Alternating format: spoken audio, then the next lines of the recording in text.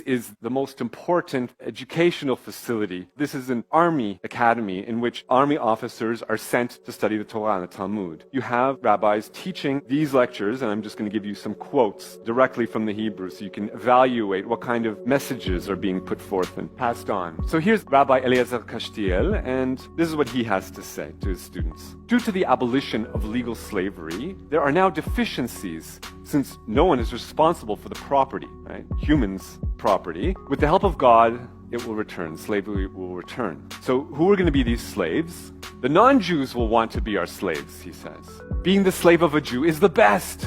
They must be slaves. They want to be slaves. Instead of wandering the streets, being foolish and violent, harming one another, now his life begins. All around us, there are nations with genetic problems. Ask any simple Arab where he wants to be. He wants to be under the occupation. Why? Because they have a genetic problem.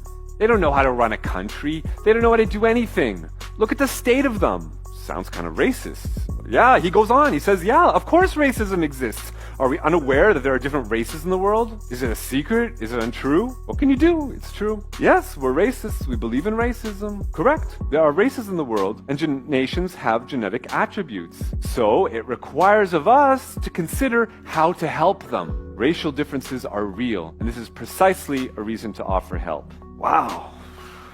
That's really something. This is the premier military academy. Surely this can't be the bulk of what they're teaching, right? So we move on. Here's another rabbi, Giora Redler, and what he teaches about the Holocaust. He says the Holocaust wasn't really about killing the Jews. That's not the Holocaust. All those excuses that it was ideological or systematic, that's nonsense. Because it was out of ideology, in a way, it was more moral than if it was just people just murdering. Humanism, the whole secular culture of believing in man, that is the Holocaust, he says. The real Holocaust is to be pluralistic, to believe in man. That is called Holocaust. For many years already, God has been screaming that the diaspora is over, but people don't listen to him. And that is their disease, which must be cured by the Holocaust. Jewish people living anywhere in the world other than the state of Israel, that's a disease. And the cure for this disease is to genocide said Jews. You know, about as revisionist as you're going to get. That's pretty sickening stuff. And then he goes on. In relative terms, the logic of the Germans was internally consistent. Hitler said that a group of people, a certain group in the population, is the source of evil for all humanity. They cause evil to humanity, and therefore they must be exterminated. So let's start with the question. He says, was Hitler right or not? Seems like a pretty obvious answer, right? But you'll be surprised. He says, he is the most righteous person possible. Of course he was right in every word he said. Talking about Adolf Hitler. What does he mean by this? There is the masculine world that wages war, that is concerned with respect. And then there is the soft, moral, feminine world of turning the other cheek. And it's the Jews that carry on that tradition, trying to ruin all of humanity, and therefore they are the real enemy. He's on the wrong side, but otherwise he is 100% correct. He's saying that the correct way to be is strong, to believe that might makes right. And if you in fact believe in being merciful to the other, then that is the most evil thing that humanity can do. Okay? And so Hitler was incorrect in ascribing that feminine, merciful quality to Jews. That attitude to believe that might makes right and that mercy is evil, that's 100% correct, according to Rabbi Giora Redler at Israel's top military academy. Okay, David, surely, these are just, 2 exceptions to the rule. There must be more.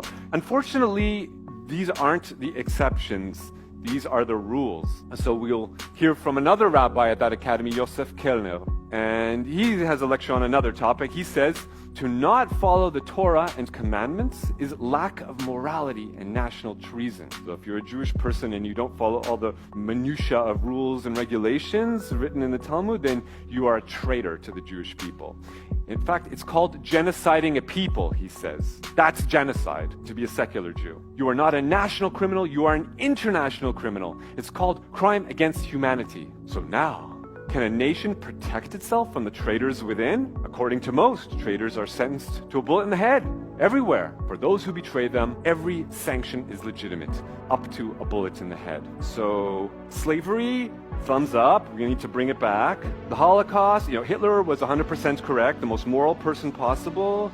And if you're a secular Jew, you are sentenced to death, you deserve to die. If I'm summarizing the ideology of the top military academy in State of Israel. Again, you're going to say, oh, this is some outlier. Surely this academy isn't important. Surely these people are condemned. Come on. This is the headmaster of the academy, Eli Sadan, and here he is a couple years ago receiving the Israel Prize, the highest prize in the country, receiving it from the education minister. Prime Minister Benjamin Netanyahu is there congratulating him. But the headmaster did not allow Bennett, the education minister, and he did not allow Netanyahu, the prime minister, to speak to the students. The only politician he allowed to speak to the students was his favorite politician, previously the chief rabbi of the Israeli army. Now, Netanyahu just made him the most recent education minister, Rafi Peretz. What does he do now that he's our education minister? He gives a prize to who? Who does he give a prize to? This man, Yitzhak Ginsburg. Now, if you're going to remember one name, maybe just this one, because this is